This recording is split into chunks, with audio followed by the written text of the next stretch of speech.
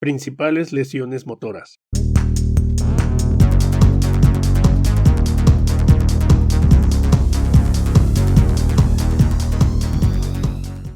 Para poder hablar de las principales lesiones motoras tenemos que considerar el aspecto tanto anatómico como funcional.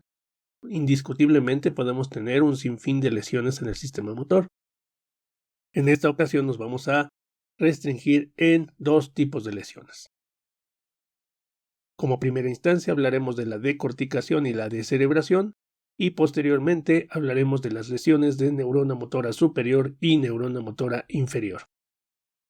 Para hablar de la decorticación y descerebración tenemos que tomar un punto de referencia y este punto de referencia se va a ubicar en el mesencéfalo. En particular nuestro centro va a corresponder al núcleo rojo.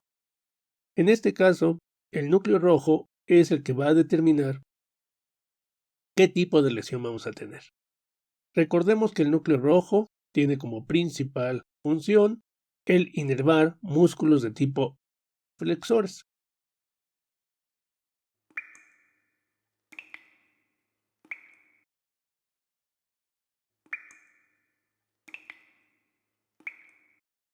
De ahí que cuando se daña la información que va del núcleo rojo hacia la médula espinal a través de la vía rubroespinal o de la corteza hacia el núcleo rojo, tendremos consecuencias importantes.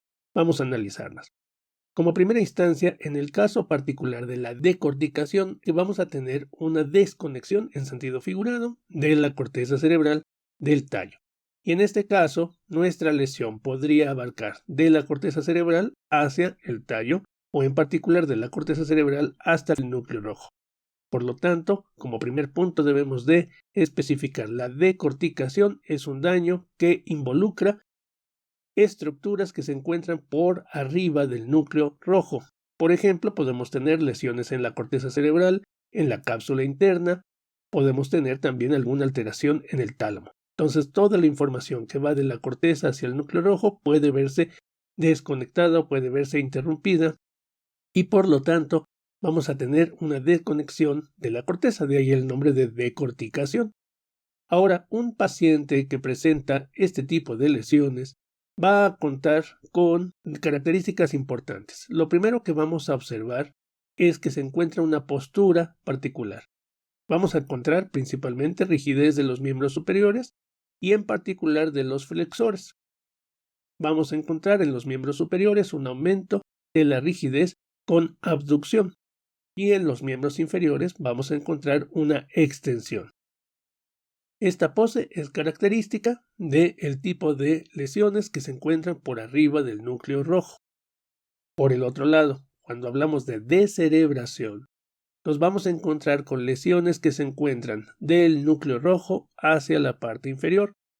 Principalmente podemos decir que la lesión podría abarcar del núcleo rojo a la oliva inferior o en algunos casos la lesión puede ser entre los colículos, entre el colículo superior y el colículo inferior. En este caso, lo que vamos a encontrar va a ser músculos relajados principalmente a partir de los extensores. Sin embargo, vamos a encontrar una rigidez que le vamos a denominar de opistótonos, principalmente en los músculos dorsales. Vamos a contar con una extensión del cuerpo, extensión de la cabeza y vamos a tener una hiperpronación de las manos.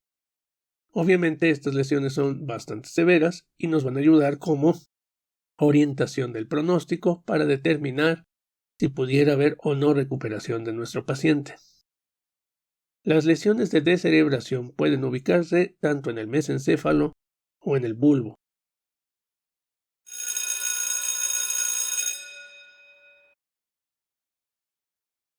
Ahora hablaremos de las alteraciones de las neuronas motoras. Generalmente vamos a dividir en dos a las neuronas motoras. Se les va a denominar neurona motora superior y neurona motora inferior. Esto es únicamente con la intención de poder ubicar anatómicamente dónde pudiera encontrarse una lesión de una neurona que pudiera estar controlando un grupo de músculos. Es extraordinariamente fácil e intuitivo tratar de entender qué es lo que ocurre. Cuando hablamos de una neurona motora superior nos estamos refiriendo a una neurona que se encuentra en la corteza motora o en las axones de la corona radial.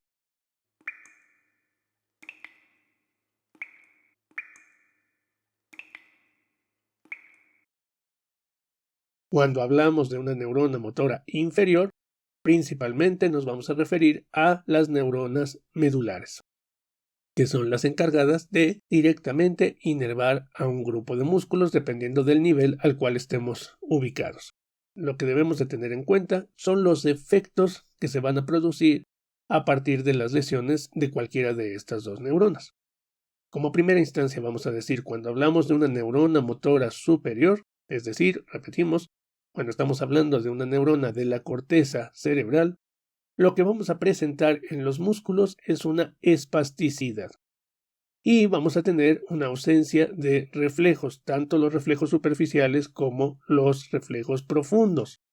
También vamos a tener que a partir de esta lesión, podemos tener que esta lesión no va acompañada de atrofia muscular, o si la lesión es muy extensa, podemos tener una atrofia moderada. Se puede observar fasciculación de los músculos, es decir, contracciones con aumento de frecuencia, y no vamos a encontrar el reflejo de extensión plantar.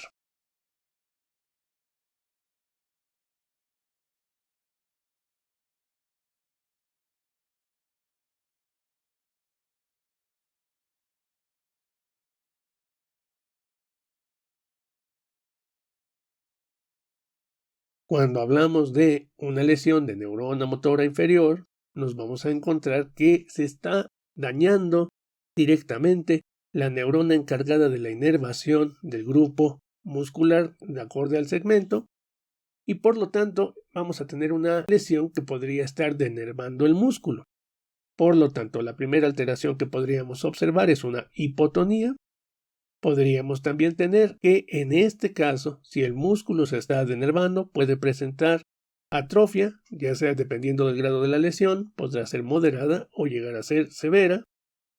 Y vamos a encontrar reflejos de extensión plantar, principalmente cuando tenemos las lesiones correspondientes al cuerno anterior de la médula.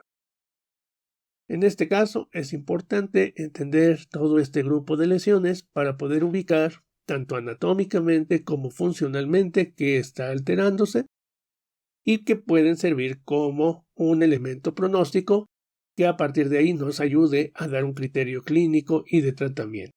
Muchas gracias.